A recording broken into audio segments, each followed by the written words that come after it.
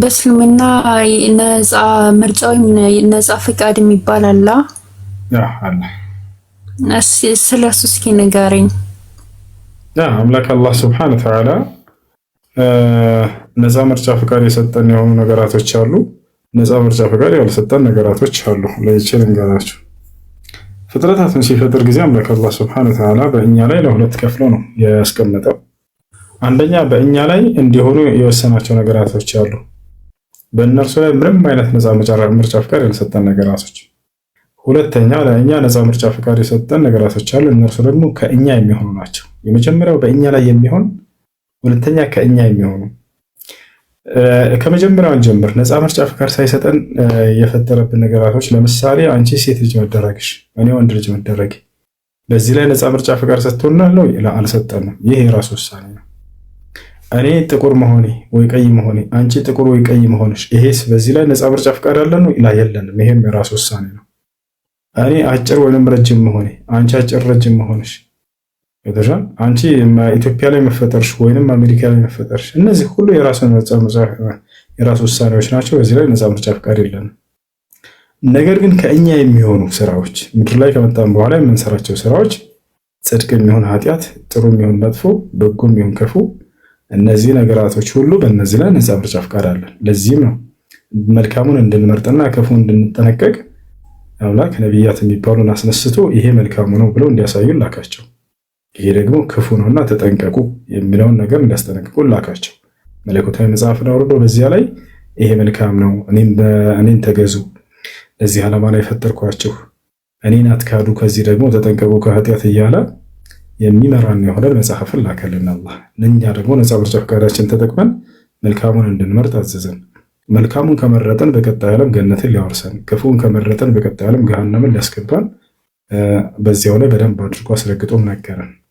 ይህን ይመስላል። እሺ፣ ብዙ ጊዜ እናንተ የሆነ ነገር መስራት ስታስቡ የሆነ ማድረግ የምፈልጉን ነገር ካለ ኢንሻአላህ ትላላችሁና በነፃ ምርጫችሁ ከሆነ ክፉም ደጉም ነገር የምትሰሩት አላህ በቀደረባችሁ ነገር የማትቀጡ ከሆነ፣ ለምሳሌ እኔ ሴት መሆኔ የኔ ምርጫ አይደለም፣ አላህ ፈልጎ ሴት አድርጎ ስለፈጠረኝ ነውና፣ ግን እናንተ ደግሞ አንድ ነገር ለመስራት ኢንሻአላህ ትላላችሁ ማለት አላህ ካለ ማለት ነው። ስለዚህ በምርጫችን የምንሰራው ነገር እንዴት አላህ ካለ እንላለን? ኢንሻአላህ የምንለው ስለ ነገር ስለሚሆነው ነው። ስለ ነገር የሚሆነውን ሰው ሊያውቅ ይችላል። ነፃ ምርጫ ፍቃድ ጋር እሱ የሚገናኝ አይደለም። እኔ መልካሙን እመርጣለሁ፣ ግን ያንን ነገር ነገ በህይወት ላይ ቆይ አልቆይ አላውቀውም። አላህ በቁርአን ላይ መቼ ለምን ኢንሻአላህ እንደምንል ሲናገር ወላ ተቁለነ ሊሸይኢን ኢኒ ፋዒሉን ዛሊከ ገዳ ኢላ ኢንሻአላህ፣ ይህን ስራ ነገ እሰራለሁኝ አትበል በአላህ ፍቃድ የሚለውን ካልተናገርክ ካልሆነ በስተቀር ይላል። ስለ ነገው ስለ ወደፊቱ የሰው ልጅ ያውቃል ወይ ከተባለ አያውቅም። ግን ለምሳሌ አሁን አላህ ያለው ነው የሚሆነው። የሆነ ነገር ሲከሰት አላህ ይህን ነገር ስላልፈቀደው ነው እሱ ስላላለው ነው የሚባለውስ? በጣም ጥሩ። ይህ በአላህ ሱብሓነሁ ወተዓላ እውቀት ስር ነው። ይህ እንደሚሆን በአላህ ሱብሓነሁ ወተዓላ እውቀት ስር ነው ማለት እንጂ አላህ ያንን ነገር ወስኖታል ማለት አይደለም። የአላህ ቀደር ሲባል ጊዜ ለአራት ይከፈላል። አልቀደር ለሁ አርበዕ መራቲብ።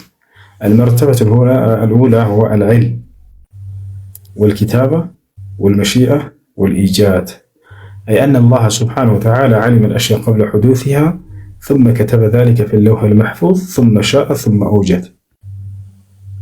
وعندما نطلق القدر فقصدنا هو علمه المسبق على أفعال العباد.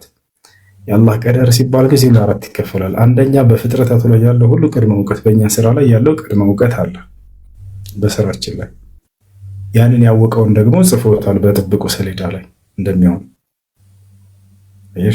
ስለዚህ ያንን አላህ ቀድሮት ነው ስንል ጊዜ ይህን አላህ ቀድሞ ያውቀዋል እኮ ብለን እየተናገርን እንጂ ያን ነገር አላህ እንዲሆን እኛ ያለ ፈቃዳችን ወስኖብናል ማለት አይደለም። በስራዎቻችን ላይ ወላሂ አላህ ያውቃል እያልን ከሆነ በእኛ ባልነው የሚሆን ነገር የለም ማለት ነው። በህይወታችን እያንዳንዱ ነገር የሚሆነው አላህ የፈቀደውና አላህ ያለው ነገር ብቻ ነው። አይደለም እንደሱ አይደለም። የአላህ ሱብሓነሁ ወተዓላ ቅድመ እውቀት በዚያ ላይ መኖሩ ለእኛ ነፃ ምርጫ ፍቃድ አለመስጠቱን አያሳይም። አላህ ያ ነገር ቢሆንም ባይሆንም ቀድሞ ያውቀዋል። የሚያውቀው ለምንድን ነው ከተባለ መለኮት ነው። ከመለኮት ባህሪ አንደኛው የፍጥረታቱን የወደፊትን ሁሉ በራሳቸው ምርጫ የሚሰሩትን ክፉም ይሁን ደግ ማወቁ ነው። ያን ካላወቀ አምላክ ሊሆን አይችልም። ገብቶሻል? አንድ አካል የሆነን ነገር ማወቁ ራሱ በምድራዊ ህይወታችን በዚያ ነገር ላይ መወሰኑን አያሳይም። ምሳሌ ልስጥሽ። አንድ መምህር አለ፣ ተማሪዎች አሉት። አመቱን ሙሉ አስተማራቸው፣ በደንብ አድርጎ ያውቃቸዋል። ማን ያልፋል ማን ይወድቃል የሚለው። ከዛ ፈተና ላይ ያቀረባቸው መጨረሻ ላይ።